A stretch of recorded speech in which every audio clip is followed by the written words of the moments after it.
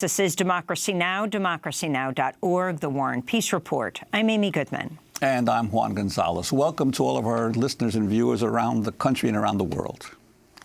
Israel has bombed Gaza for a third day in a row and mobilized dozens of tanks, raising fears that the Israeli government could launch another invasion. The latest airstrikes came earlier this morning after Hamas announced it had reached an Egyptian-brokered ceasefire with Israel. Tension has been escalating for days in Gaza. On Friday, Israeli soldiers shot dead 2 Palestinians taking part in the weekly Great March of Return protests. 62 other Palestinians were injured. On Sunday, Israeli air raids struck parts of Gaza, including a refugee camp. Then on Monday, militants inside Gaza launched a series of homemade rockets toward Israel. One of those rockets hit a house north of Tel Aviv, injuring 7 members of a British-Israeli family.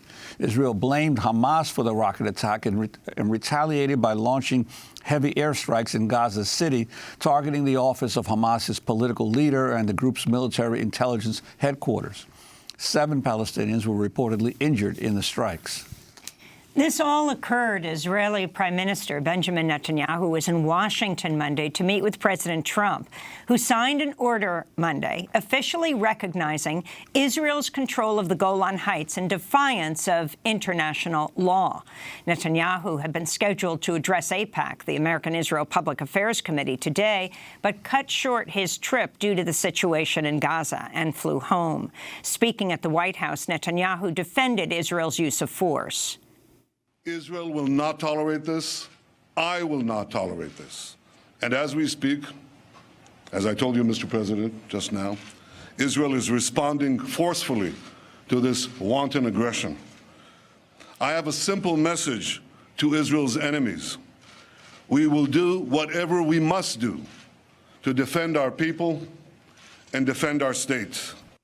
The tension in Gaza comes as Netanyahu faces an uphill battle ahead of the Israeli elections April 9th, and as Hamas faces internal protests over recent tax increases and deteriorating living conditions. To talk more about the situation in Gaza, as well as the Golan Heights and other issues, we're joined by 2 guests. Jehad Abusalim is a scholar and policy analyst from Gaza. He's joining us from Chicago, where he works on the Gaza Unlocked campaign run by the American Friends Service Committee. And in Jerusalem, Budour Hassan is with us. Budour is a Palestinian writer and project coordinator for the Jerusalem Center for Legal Aid and Human Rights. We welcome you both to Democracy Now! Budour Hassan, if you can start off by talking about what happened in Washington yesterday. President Trump signing just before the Israeli elections, in which the embattled prime minister is running, though the Attorney General of Israel says he'll be indicting him. The significance of the annexation of the Golan, of the U.S. recognizing the annexation. Yeah, by recognizing Israel's sovereignty over the occupied Golan Heights, the United States has turned itself into a pariah state, blessing and glorifying the violation of human rights. It's obviously significant that after decades of refusing to recognize sovereignty, Donald Trump has given this massive election boost to Netanyahu by recognizing the sovereignty of the Golan Heights. And what's missing, though, Amy, from the coverage of the whole saga of recognizing the Golan Heights is no one actually is talking about the people of the Golan Heights, what they want and what they seek. And the people of the Syrian people in the Golan Heights have reiterated time and time again that their land is Syrian. It's not a disputed land. It's not a contested land. It's a Syrian land. And they have done everything in their power in order to defy Israel's attempts to Judaize their land. Since 1967, and especially since the annexation 1981, the people of the Golan have risen up several times against Israel's annexation. In 1982, actually in February 1982, they've waged a 5-month general strike and a civil disobedience campaign that would go on to inspire Palestinians during the First Intifada, stressing that they refused to hold Israeli identification card and that they refuse all attempts to erase their Syrian identity. Again, in 2018, 2018, last October, Israel tried to impose municipal elections in the Golan Heights as a gesture of its sovereignty over their territory. And again, Syrians in the occupied Golan Heights took to the streets en masse in order to oppose the holding electoral municipal elections in their lands, and stressing that they are Syrian. During these decades, only just 6% of the entire residents of the Golan Heights have applied for Israeli citizenship, meaning that the vast majority of people, the overwhelming majority of Syrians in the Golan Heights, recognize and identify themselves as Syrians. Again, despite Israel's imposition of a curriculum that tries to erase Syrian identity and replace it with an artificial Druze identity. We're talking about 27,000 people living, mainly Syrian, living in the occupied Golan Heights, who have been systematically discriminated against in terms of resources, whose resources have been exploited. We're also talking about 230,000 Syrians who've been displaced in 1967, more than 500,000 Syrian refugees from the Golan Heights who continue to be denied their right of return. We're talking about families that have been fragmented between the Golan Heights and Syria, and we're also talking about Israel continued exploitation of this resource-rich area and continued attempts to control and monopolize tourism and claim sovereignty over the territory. And Trump's move, recognizing and signing this executive order, gives blessing to these continued violations and erases an entire people off the map. One friend in the Golan Heights had told me that it's bizarre that a person who probably has never heard of the Golan Heights before that gives himself the right, entitles himself to acknowledge Israel's sovereignty over the Golan. It's neither Trump's to recognize this sovereignty,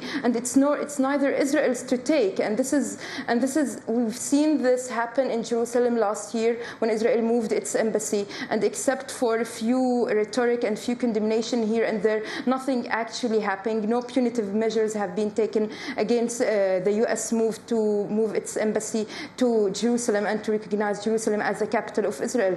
And if we only get rhetorics, the same will happen. And this is the danger. Obviously, people in the Golan will continue to resist and will continue to protest as they've always done.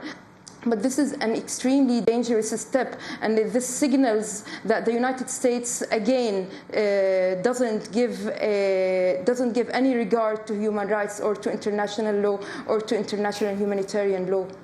I'd like to ask Jehad Abusalim of the American Friends Service Committee's Gaza Unlocked campaign your reaction to the president's announcement, and specifically how the international community has, because we've often heard much more about the Israeli occupations in the West Bank and prior occupations in Gaza, but very little about the Golan Heights. How has the international community dealt with the Golan Heights? And also, what's been the evolution of Israel's own policies toward the Golan Heights?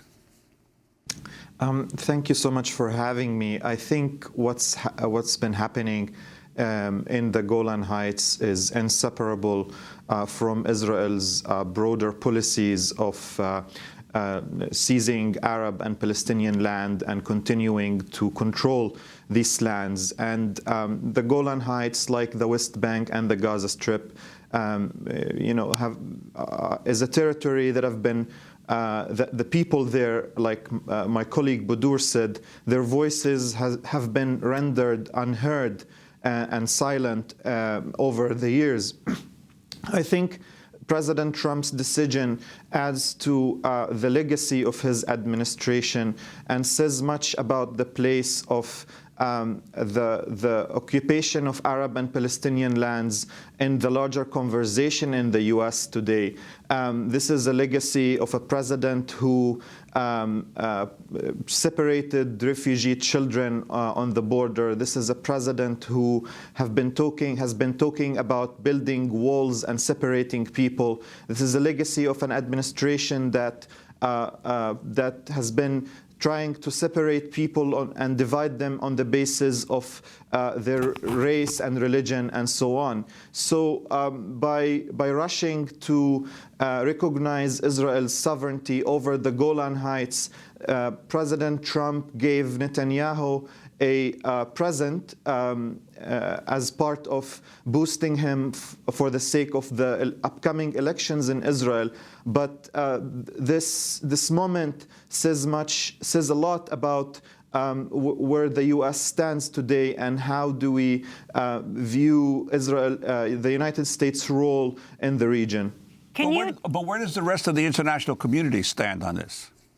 Well, unfortunately, we're living in a global moment where there is rise of right-wing populism. There has been a decline in the ability of the international community through the traditional institutions that have emerged after World War II to at least exercise the minimum. And the minimum here, we're talking about condemnation, we're talking about denouncing such steps. Unfortunately, the international community has been watching for a long time, and the inability of the international community to hold Israel accountable and to challenge the United States' negative role, not only when it comes to the Palestinian issue. The Palestinian issue and the occupation of the Golan Heights is part of a larger package of how the United States behaves in the Middle East and how it exercises its foreign policy and what considerations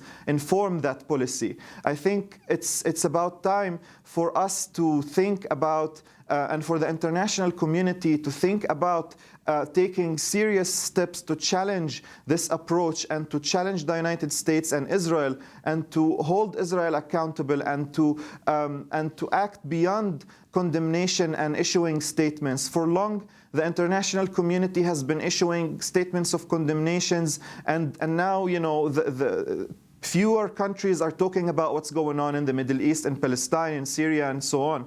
And I think this is the result of years and years of postponing the big issues and only highlighting certain aspects of the narrative and of the problem as it fit the discourses in the West. I think it's about time to go beyond these narratives and to challenge the negative role the U.S. has played and to hold Israel accountable.